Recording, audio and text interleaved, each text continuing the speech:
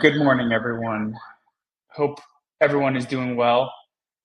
Um, Hello to those of you who are present and to those of you who will be in the future.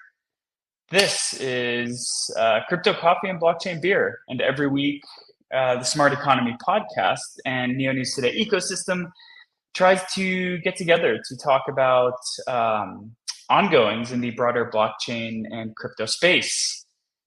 We usually kick these off with some statistics about the NEO ecosystem because that's where I cut my teeth and where I spend most of my time. So at the time of recording, on Friday, July 19th, we are currently at NEO N3 block height 5,721,444. And according to ndap.org, we have 105,831 addresses on NEO N3. Typically, we're joined by my co-host Edge and co-editor at Neo News Today, but Edge is currently away from the week, so we are lucky to be joined with a fellow friend to the podcast, to Neo News Today, and to me personally, Tyler Adams, the CEO of COZ. So good morning, Tyler. Thank you for joining. How's it going? Pretty good. I'm sure you're aware, looking out your window, it's going to be a pretty nice day today. It's also a kind of a co-hosted in Colorado edition of this podcast. Yeah, I love anytime we can have like the Colorado contingency get together for the spaces. And I'm definitely looking forward to kind of like a not super hot day. We recently went through a heat wave here in Colorado where about a week ago, temperatures were getting up to around 100 degrees Fahrenheit. Excuse my American for the international audience. I don't know what that is in Celsius. But to kind of like kick off the combo, you and I went to DC in December, and we got to be a part of like the American political process. And I think kind of regardless of crypto or anything, the major news of the past 7 days was an American presidential candidate having an assassination attempt on them. So I guess I want to just hear a little bit about what your perspective is on the outlook for crypto in the US now that we had this like major kind of moment happen to a presidential candidate, which in my opinion has shaken everything up and has almost even given Trump more likelihood of succeeding in his presidential campaign because he now has this new aura or kind of like perspective around him that is very emotional and people can resonate with. There were photos that came out from the attempted assassination that are very powerful and emotionally driving. So, like, what does this mean now for us as builders in the US, for crypto holders in the US? Because it's very much likely that we're going to see a shift from D to R, or at least that's the perception right now. So, yeah, I'm curious to hear your thoughts on like the events of last Saturday and like how they impact us as crypto builders. Yeah, so I will refrain from any of my tinfoil hat, like strategic planning opinion on what happened. Since I have a very strong theory on this, that kind of leads into how you introduce the topic. But yeah, I definitely agree. I'm getting that impression also. It seems like the events of the weekend were kind of a unifying event, especially leading into the Republican National Convention. Notably, crypto and blockchain in general haven't really been brought up at the Republican National Convention at all. I'm going to be at Bitcoin 2024 in Nashville, and it looks like both Trump and RFK Jr. are going to speak there. So there definitely seems to be some engagement. I'm a little, speaking to the general perception of the US blockchain ecosystem, I'm a little concerned because of some of the more extremist contingents of his base, what that's going to look like around the event when he's there speaking, and how that's going to kind of reflect on the United States as a whole. But I think there's honestly probably a much stronger opportunity for us to get any sort of engagement now, certainly than there were like 6 to 9 months ago, right? The fact that a major political candidate, and not that RFK Jr. isn't a major political candidate, but one of the two backed by the major parties in the US is actually going to attend one of these events to speak is a pretty major deal. Yeah, I agree. And, I think when it comes to politics, depending on like the side you lean, there can be a lot of other things that matter to people. So for the purposes of this conversation, we'll just focus on the candidates and their stances on crypto, because I know like a lot of my left leaning friends have a lot of other concerns about a potential Republican presidency. And so I don't want to belittle, the concerns on either side. So we'll just try to negate that by focusing strictly on crypto. And I think something that is kind of a major telling sign for a potential positive Republican presidency is that Trump's vice president candidate he announced on Monday night at the RNC is this fellow by the name of JD Vance.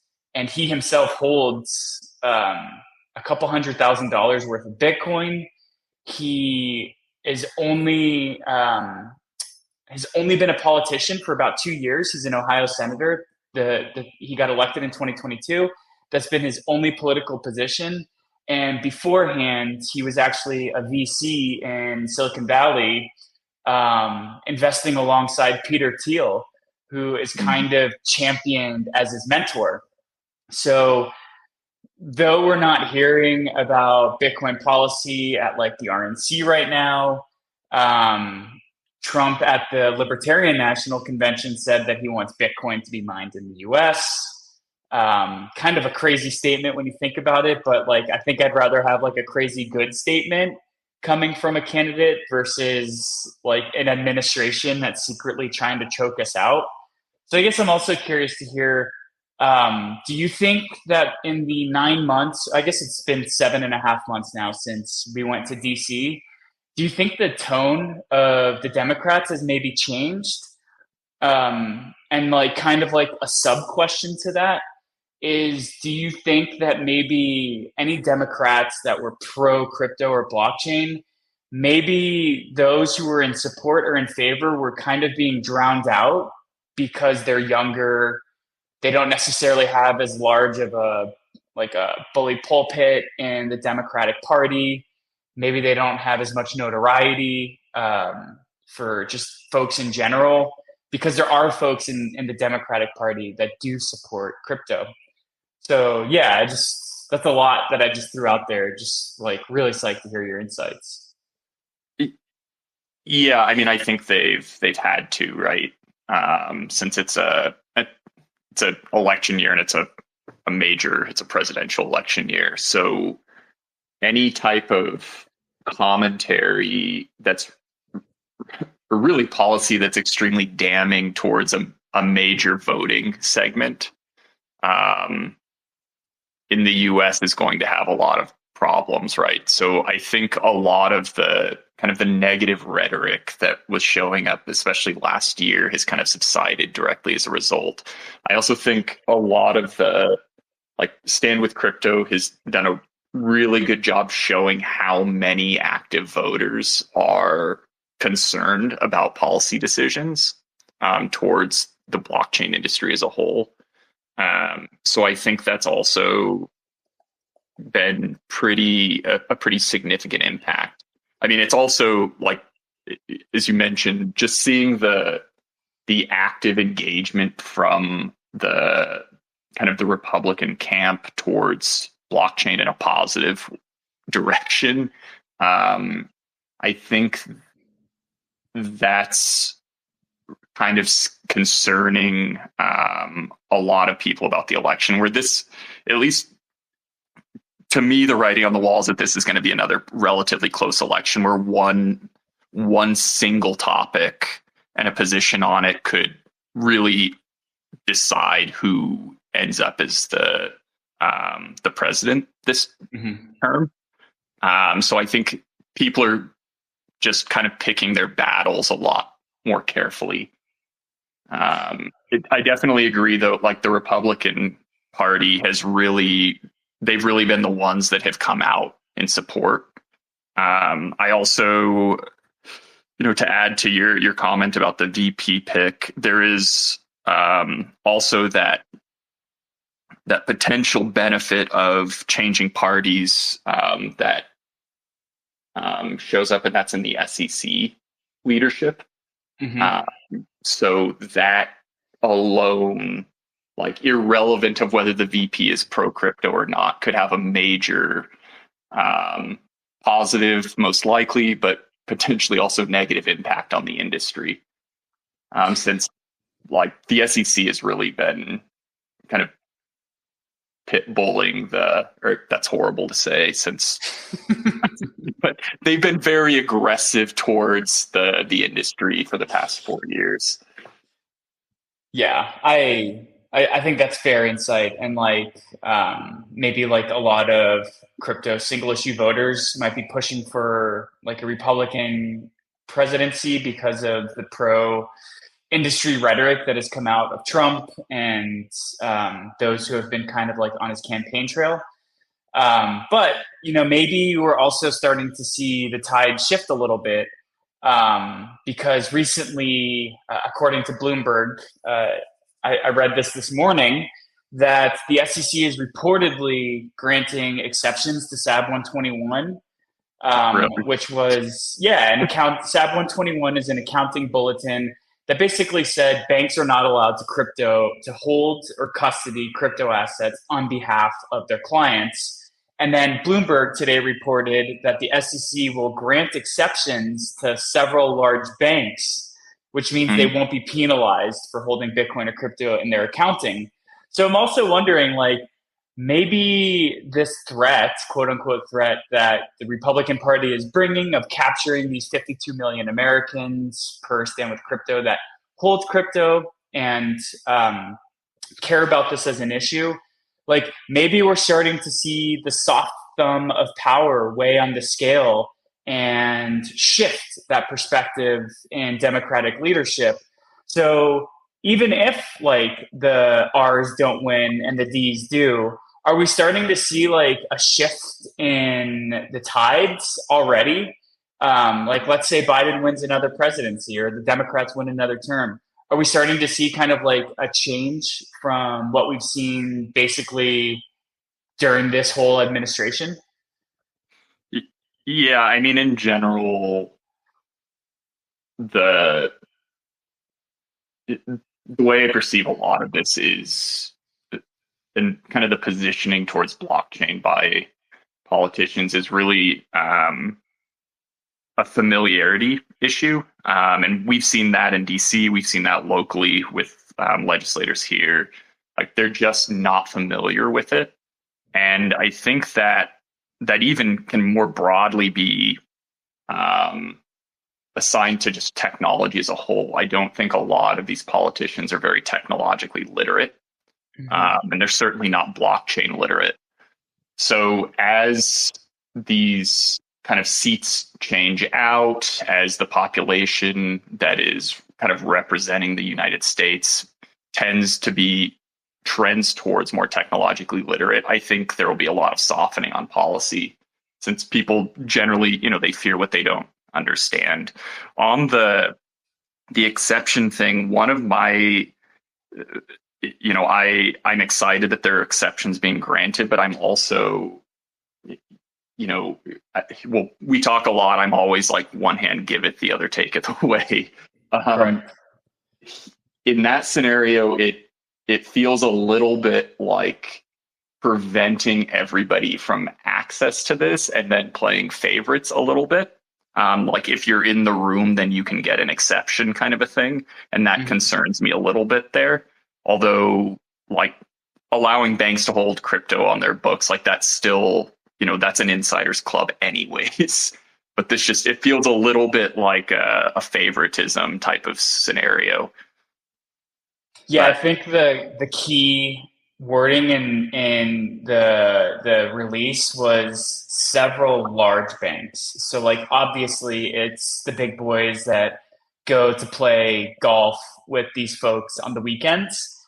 mhm, And like I completely agree. Like maybe we're losing the forest for the trees, and that we're getting excited that there's this exception to SAB 121, but it's also like the same five entities that have controlled our access to these banking services over time, which is why crypto is such a valuable thing in general, because there are no gatekeepers to who can access financial markets and how. I mean, still in 2024, like a huge portion of the world is unbanked.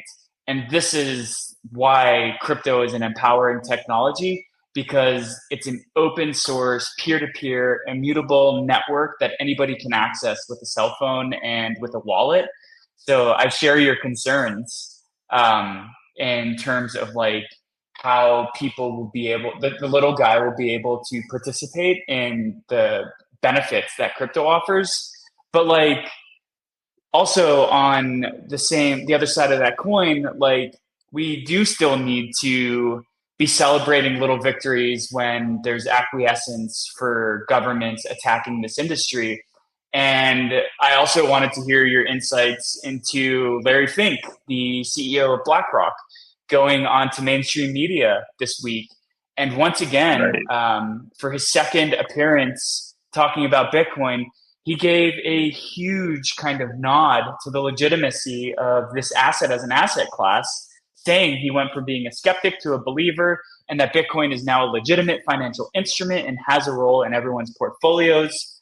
BlackRock is talking about tokenizing funds.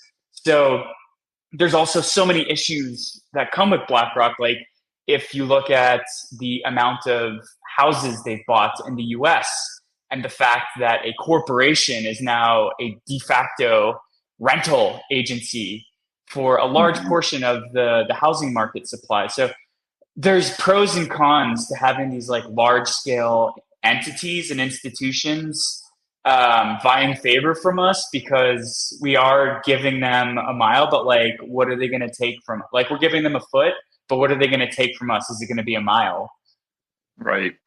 Yeah, I completely agree. Like on the BlackRock thing, like they're making obviously an insane amount of money off of that instrument or that product. So it kind of makes sense for him to be very positive on it. At the same time, though, having these like people going out and championing it, like these champions of industry going out and speaking positively is a huge deal. It pushes the legitimacy a lot, especially with these lawmakers who are kind of sitting in these rooms with these people, right? And they're not just all bashing the industry anymore. There are people in there that are very pro crypto that work in the industry and engage with it on a regular basis. So that I think honestly probably makes more gives us more headway than some of the lobbying work, right? Which is kind of a secondhand argument in a lot of cases. Like we'll go out and we talk to our politicians and things, but the people that are like directly in the room with them, regularly engaging with them, if they're pro crypto, it helps. I don't know. I agree. I think it's great. It's, as you said, it's like we have to some extent make a deal with the devil in some cases.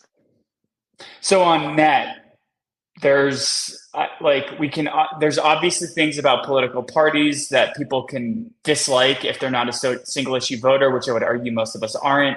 There's a lot of things that we can be upset about with large single entities like BlackRock that have the ability to like control housing and have manipulated markets and gate kept who can enter financial industries. But there's also positives that you just brought up. So like net, do you think that generally speaking, like Republican Party support and Larry Fink support, despite the bad things that could come out of this and the good things that could come out of it, like where are you on that? Are we like skewing slightly positive, skewing slightly negative? Is this Oh, like a good thing today? I think we're in a much better position than we were 4 years ago.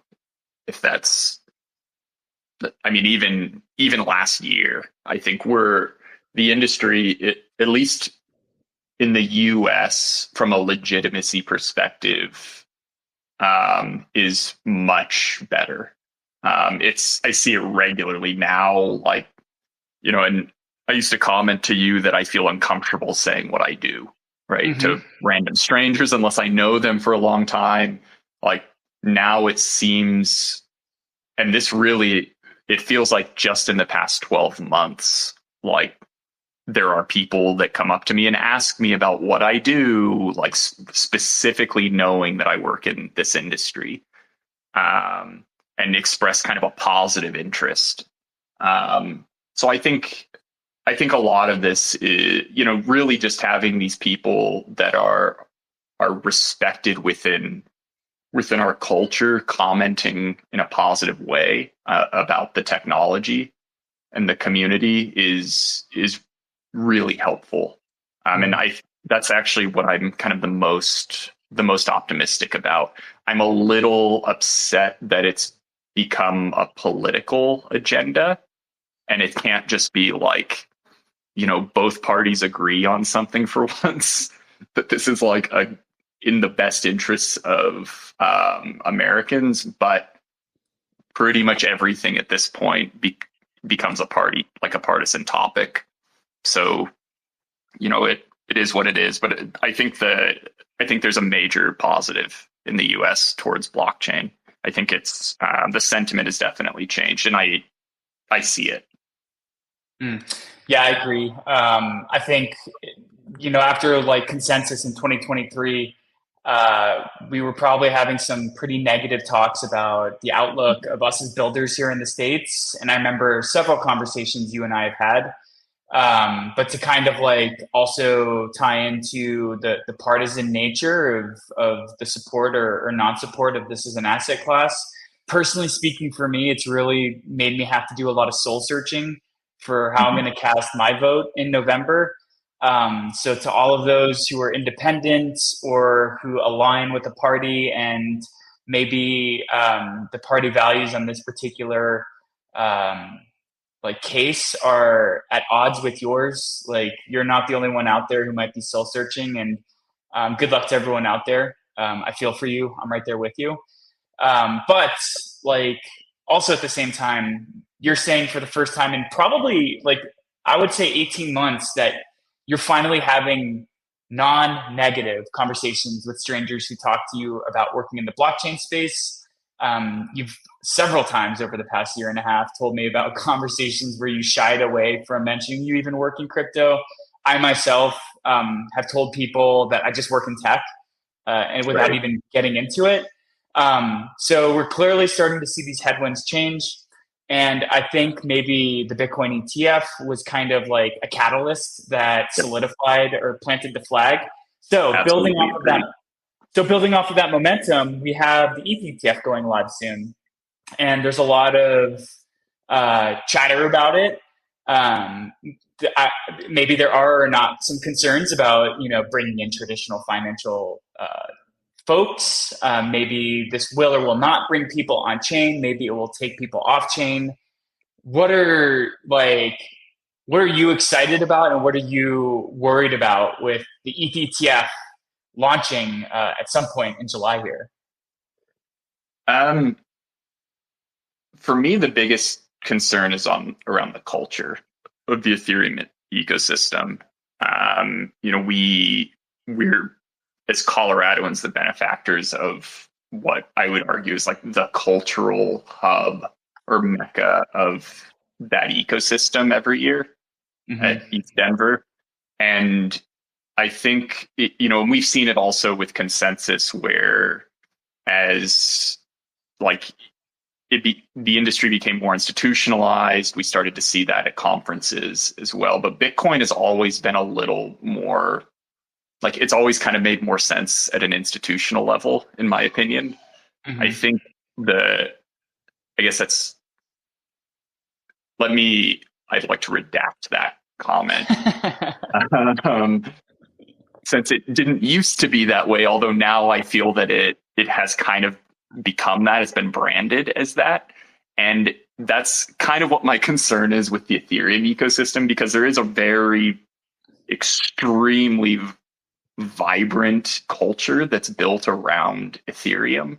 Hmm. And I am a little concerned about the how that culture changes as these large institutions start to directly, get their teeth into that ecosystem, and what that will do to it. The That's honestly my biggest concern. I think it will probably see a similar kind of legitimizing of the technology. Actually, I think it as when the Bitcoin ETF showed up. I actually think it'll probably be even more substantial because it'll impact things like smart contracts as well, right? It will normalize some of these concepts. Um, I'm I'm honestly a little surprised that an ETF is showing up as quickly as it is. And I'm on the record on a number of publications about where politicians or regulators may have some concerns about it. Um, but yeah, I'm a little surprised. I'm optimistic about it. Um, I want people to ask me about my ETH Denver shirts, but so I can spread the word. But yeah, I'm a little worried about the culture. So, like, let's parlay that then into like, I think you and I have been working in a non EVM ecosystem for me going on 6 years now, you 7 plus. And so, if we do see kind of like a bastardization of Ethereum culture and it kind of loses this edge, what does that do for like alt EVM L1 ecosystems? Like, I don't want to sugarcoat, how sometimes it's been rough to be like building in the Neo ecosystem.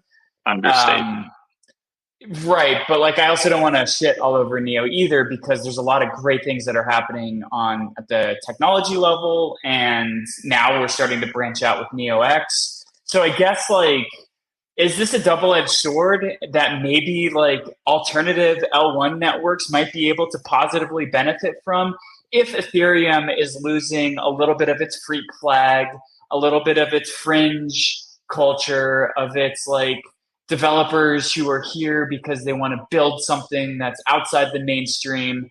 Do we have an opportunity to kind of like capture those who become disenfranchised, or they take like a disingenuous view on the Ethereum, on building on Ethereum? And is this like a positive opportunity for an ecosystem like Neo to maybe like regain and capture like the market share attention of developers who are here for quote unquote the right reasons? Yeah, I think there'll definitely be some like tree shaking for the people that are very like kind of purists. Um, I'm also really curious about how this will impact a lot of the infrastructure that's built on top of Ethereum. So, and by that I mean like all the L2s, and what happens to them and how they, um,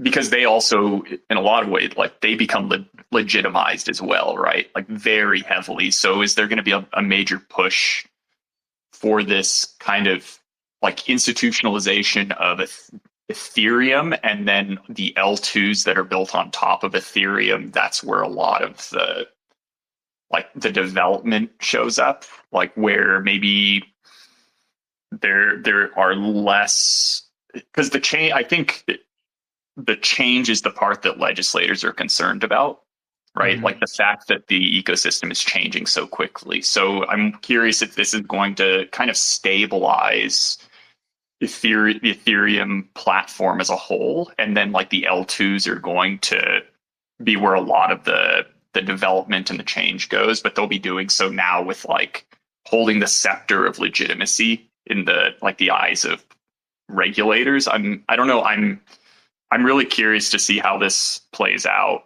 I think it the next like honestly the next 2 years in this industry are going to be pretty wild. Another thing that I think will shape a narrative in terms of like traditional financial markets when it comes to like an ETF is I think the next fight that comes with this investment vehicle is staking. And Mm. will the ETFs allow for the underlying Ethereum to be staked? And then will those ETFs then be the benefactors of the yield that Mhm. staked ETH is able to receive? No way. There's no, So I mean, we don't even see that. Like, I remember when, um, when centralized exchanges started doing that, and I mean, look at most centralized exchanges still do not offer that as a feature, even in our industry with people that are aware that that happens. So I'm not holding my breath on that one.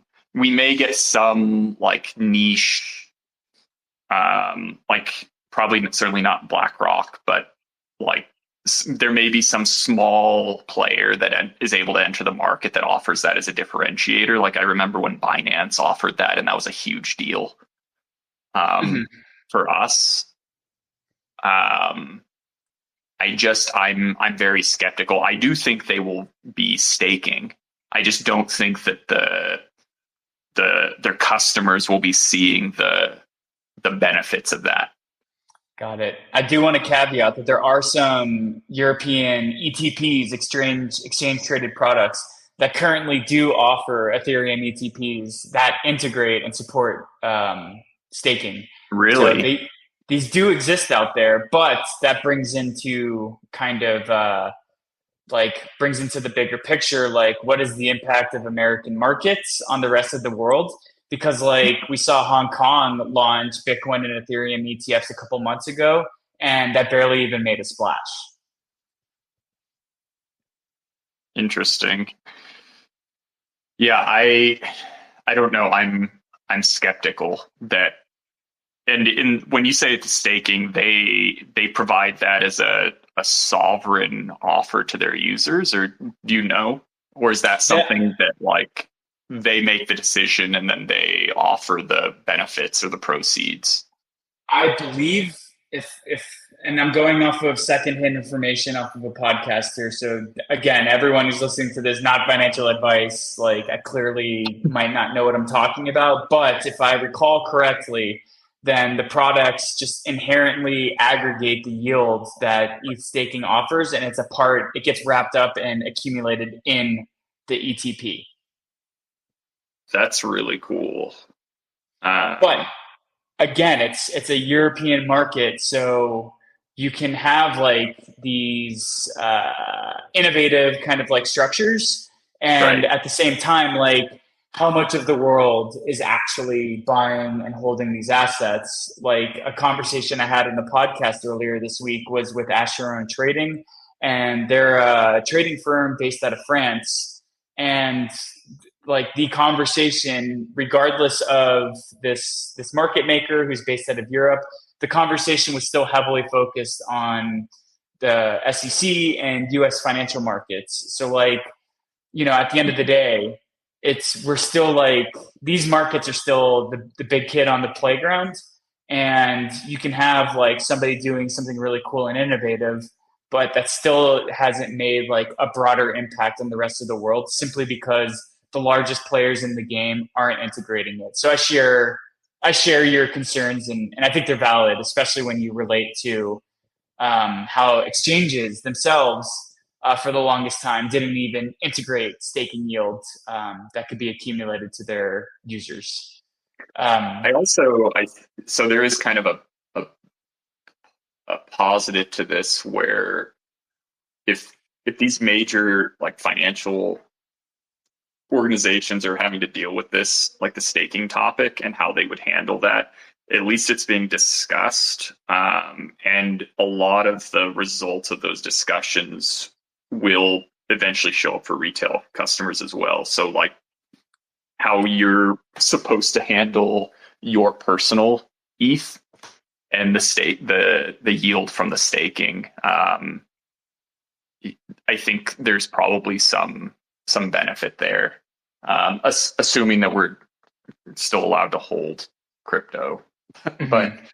but there is some nice, like at least it is creating the topic, right? It's pushing these types of discussions into the right rooms.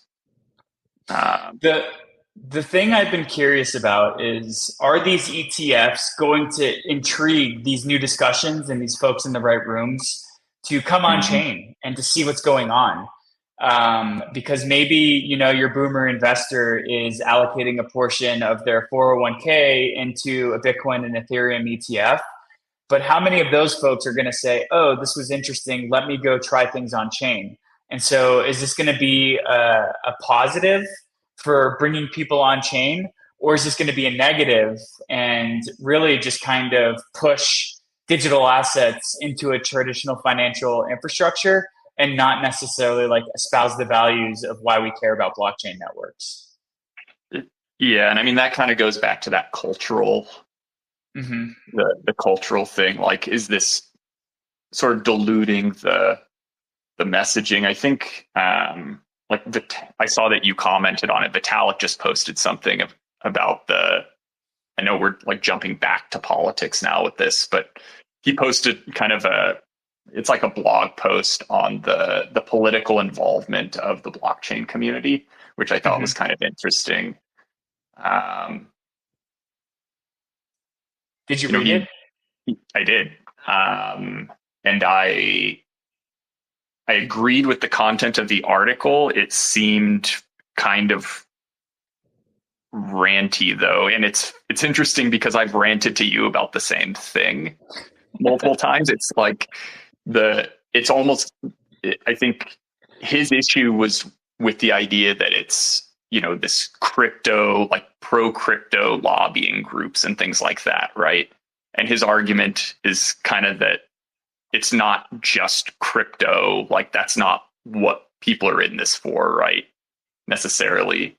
Um, at least that was my takeaway, right? And he lists a number of different use cases. The issue that, for me that I had with it is that his problem seemed to be with the term, like, and the use of the term crypto. And in my, and that, you're in the room with me in these discussions, like most of the people that are going to talk to these politicians aren't just talking about crypto. They're talking about the entire industry, which is really what his article is talking about. Crypto is one facet, and obviously the the powers that are pushing the lobbying for the industry are crypto motivated, like specifically cryptocurrency motivated. So that's where the kind of the use of the terminology is coming from.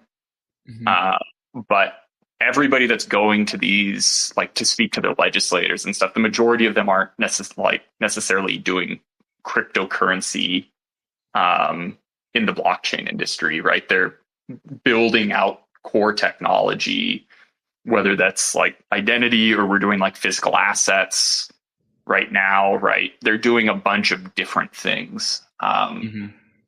So yeah, it was a good article. It seemed like it could have been shortened up to like, or summarized as, I don't like the use of the term crypto to represent the entire ecosystem.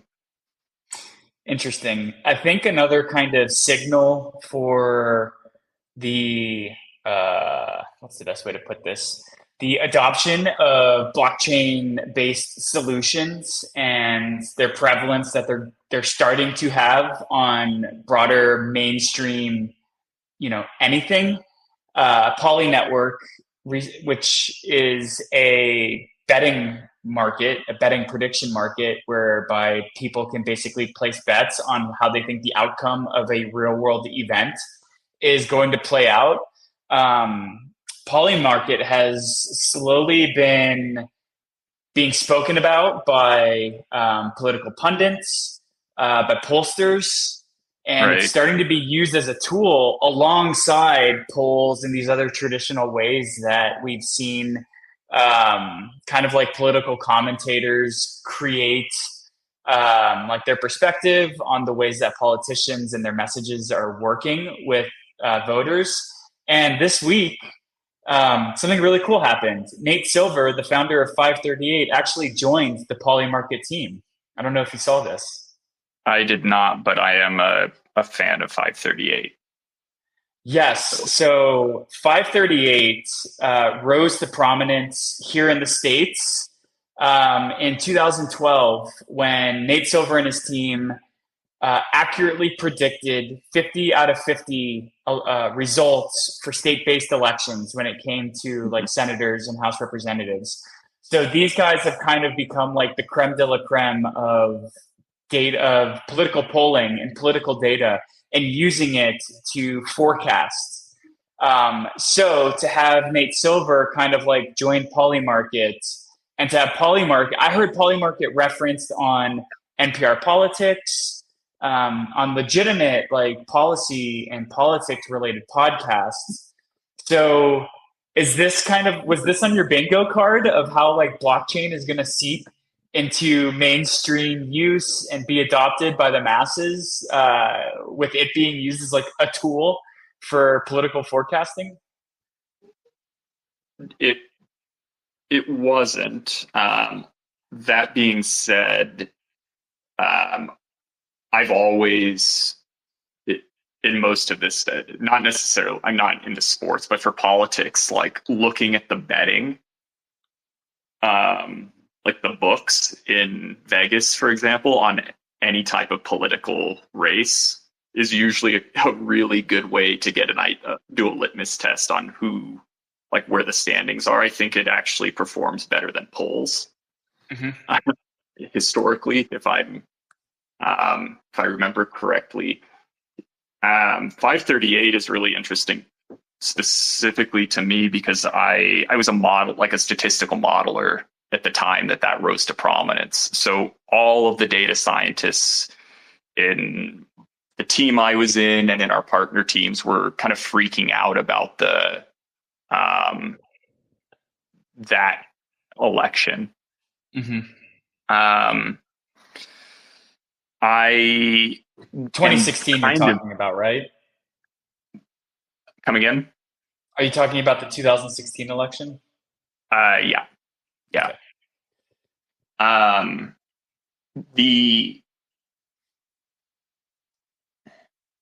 interesting thing, the thing that would be interesting to me would be to look at the normal books versus the crypto books and see if there's any skew there, to see just what the sentiment is like for the people that are using this.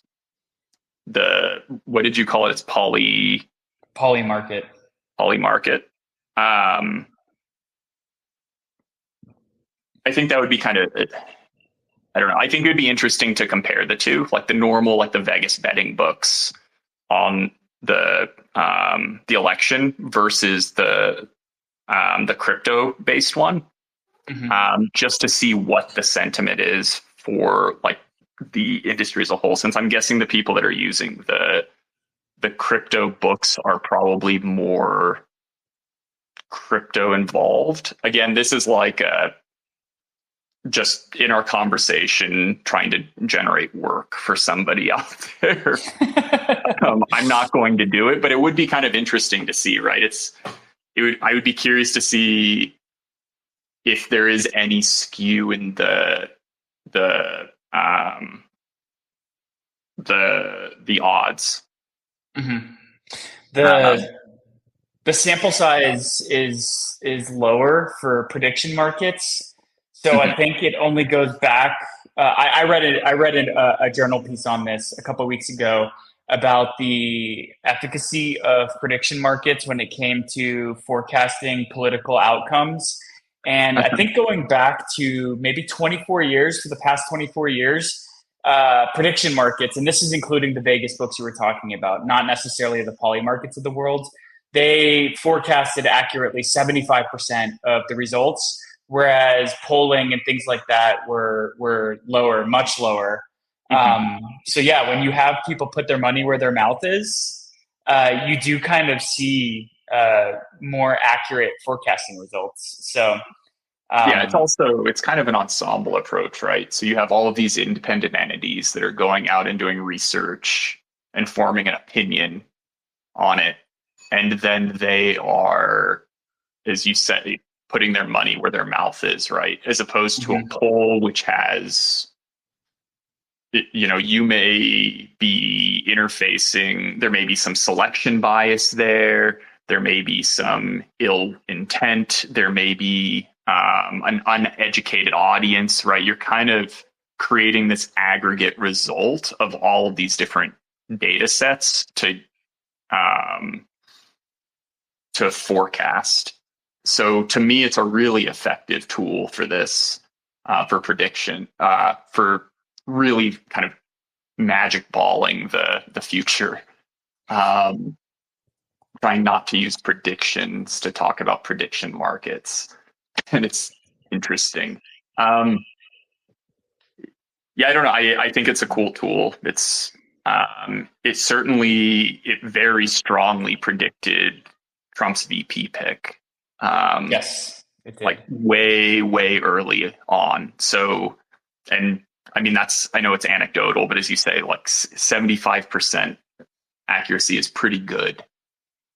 Um, I, In in the lead up to JD Vance being announced as Trump's vice president candidate, I think Polymarket predictions skyrocketed to like 75% hours before he was announced, or some sort of level like that.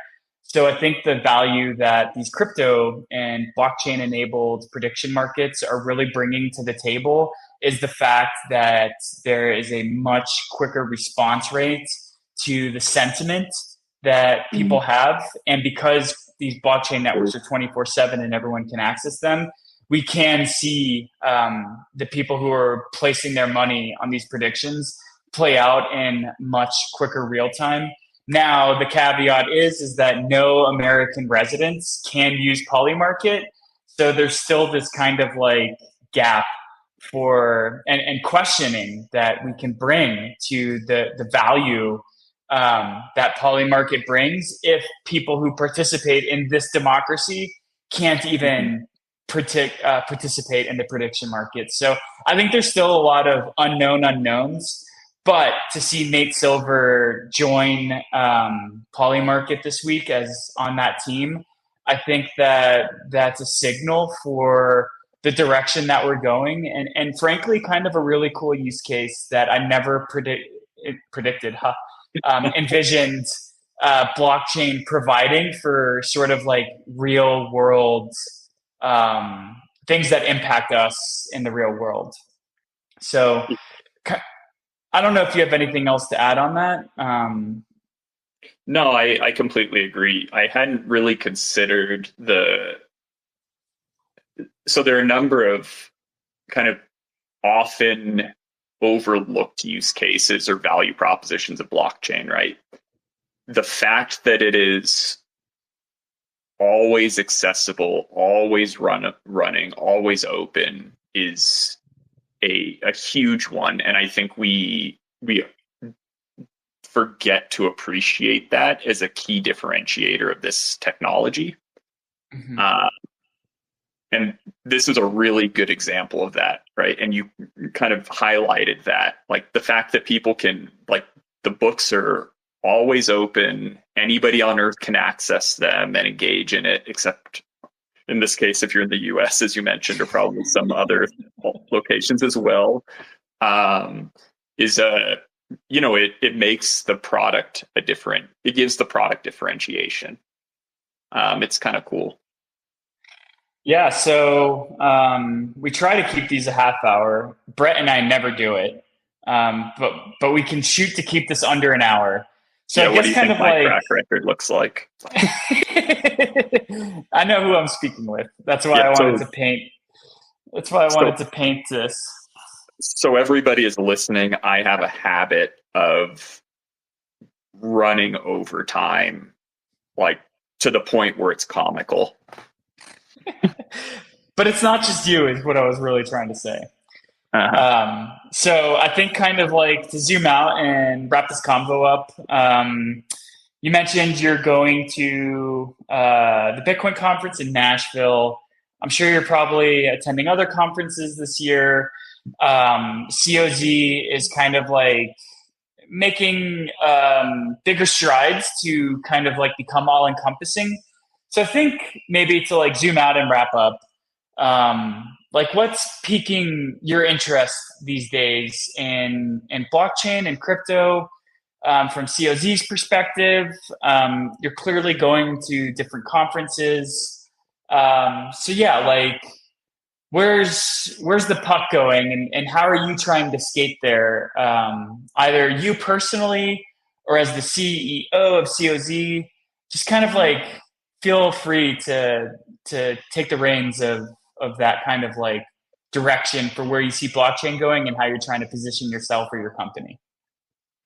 Yeah, so I think, and this has been an ongoing endeavor that is really starting to yield now. We've been around for a long time, and we have a lot of, I guess, what I would call like technical debt, especially because of the way that it's kind of the origins of COZ, right? Um, and I see a lot of this in blockchain, like communities as a whole. Like the decentralization introduces a lot of complexity architecturally, right? You lose a lot of optimization for the robustness.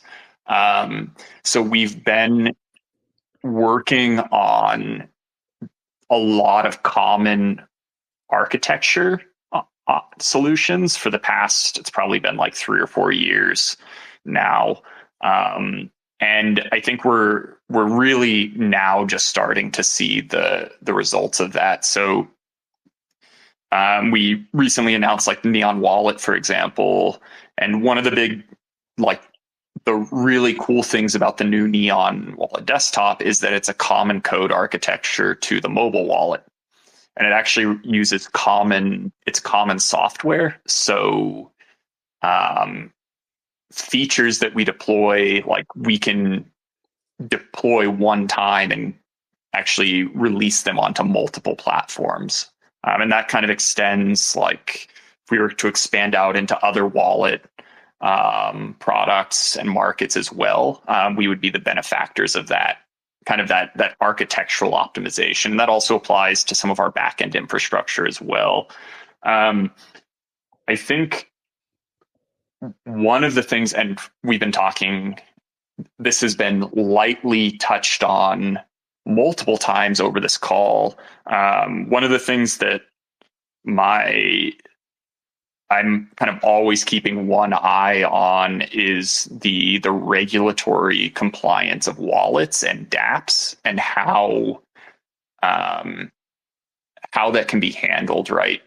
I feel that as an industry, we still kind of take the perspective of being very risk seeking in that regard, instead of kind of doing stuff and then hoping we can kind of skirt regulations, or we don't get slapped, that kind of thing. So there will be some features that, and in all of our products, and this is something again that I think our team is very interested in, is building out tools that enable applications, not just ours but others, to be more proactive on compliance, and also just make users feel safe. I think our products have always been kind of for the by the community, for the community. It's kind of corny, but we like to think of ourselves as being like blockchain, like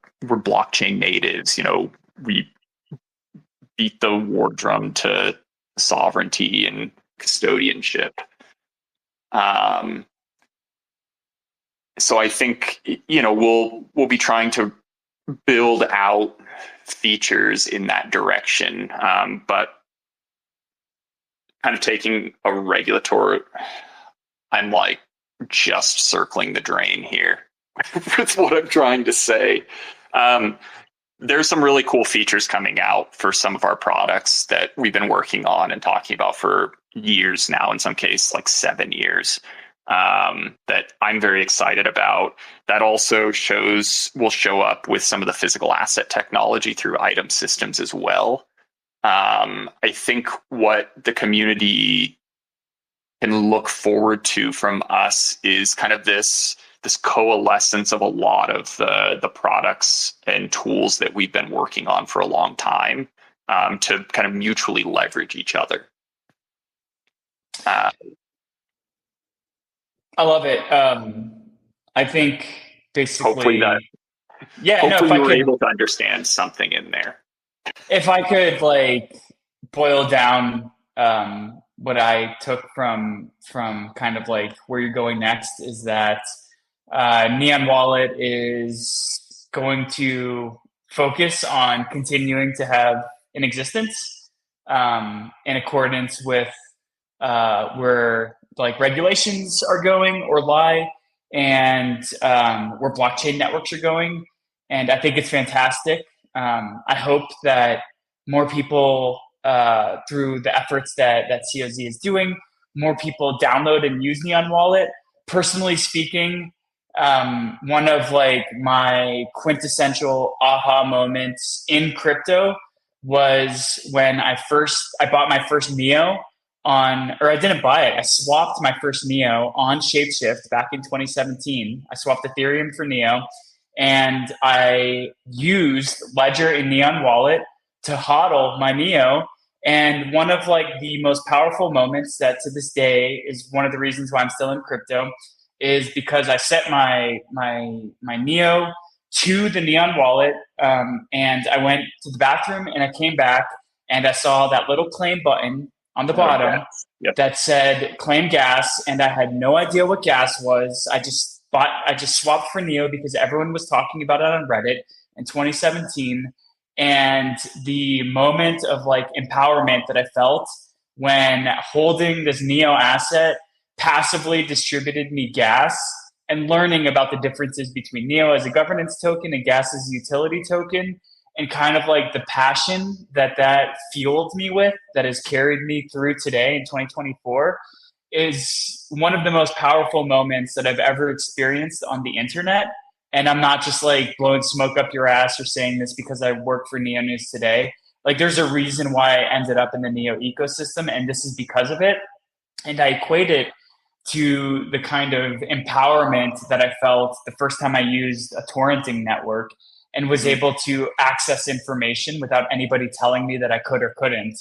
So I guess all that to say is I'm excited to hear that COZ is thinking bigger and grander for Neon Wallet.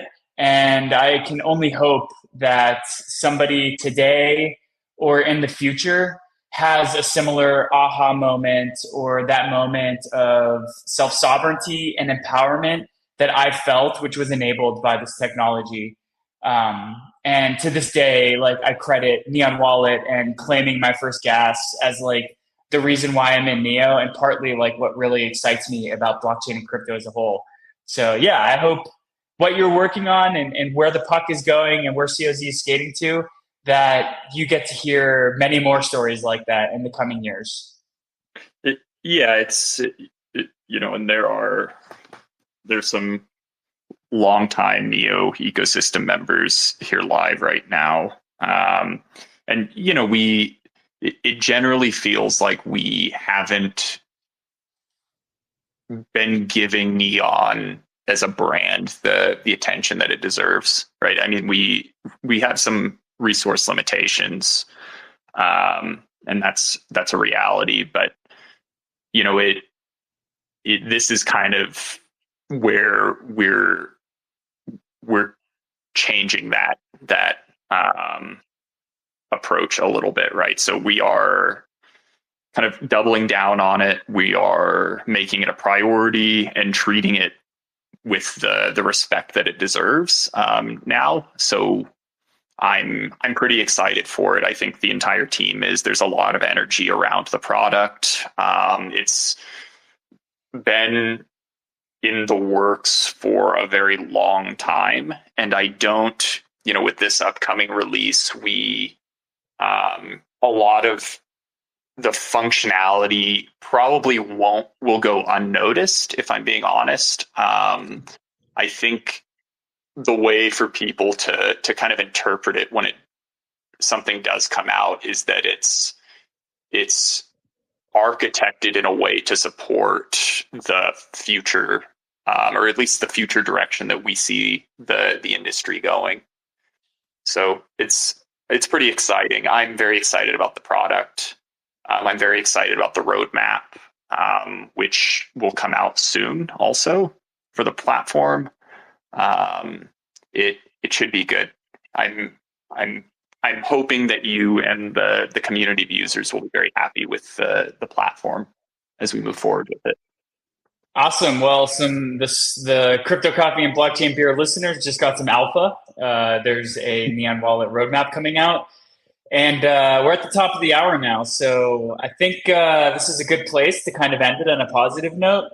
And I just want to thank you, Tyler, for sharing an hour of your day. I clearly, we've had many political discussions over the years, so I'm always interested to hear your thoughts and perspective on where things stand. And I just want to thank you a bunch for filling in Edge's shoes and joining as the co-host this week for Crypto Coffee and Blockchain Beer. It was, as always, it was a great conversation. Yeah, if I'm being completely honest, I was a little nervous. Brett, or Edge, does have some pretty big shoes that need to get filled on this. He's a pretty amazing host, so I'm happy for the opportunity. Well, if he ever is unable to jump back in for co-hosting, then I will gladly reach out to you again. But it's always a great time to chat with you, a great time to chat with him. And so just want to thank you so much for joining this week and sharing your thoughts, insights, perspectives, and a little bit of alpha about Neon Wallet. Thanks. And for anyone who's listening to this now or in the future, please don't hesitate to like and share with your friends, to follow the Smart Economy podcast. We have some excellent podcasts coming out in the coming weeks. This week, I interviewed Rebecca Lau from Saga, where we spoke about entertainment and Web3 gaming. And I also spoke with Laurent Benayoun about the ETFs and about market making in general. So thank you so much for everyone who listened to this, and we're looking forward to catching you guys next week. Have a safe and fun and amazing weekend. Cheers.